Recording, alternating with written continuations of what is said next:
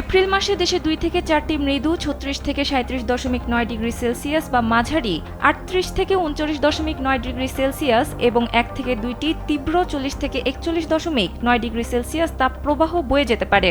এ মাসে বঙ্গোপসাগরে ১ থেকে ২টি লঘুচাপ সৃষ্টি হতে পারে, যার মধ্যে একটি নিম্নচাপ বা ঘূর্ণিঝড়ে রূপ নিতে পারে বলে দীর্ঘমেয়াদী আবহাওয়ার পূর্বাভাসে বলা হয়েছে।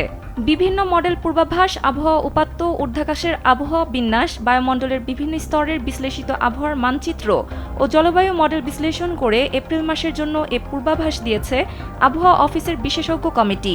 আবহাওয়াবিদ মোহাম্মদ মমিনুল ইসলাম স্বাক্ষরিত এক বিজ্ঞপ্তিতে জানানো হয়েছে, এপ্রিল মাসে দেশের স্বাভাবিক অপেক্ষা কম বৃষ্টিপাতের সম্ভাবনা আছে।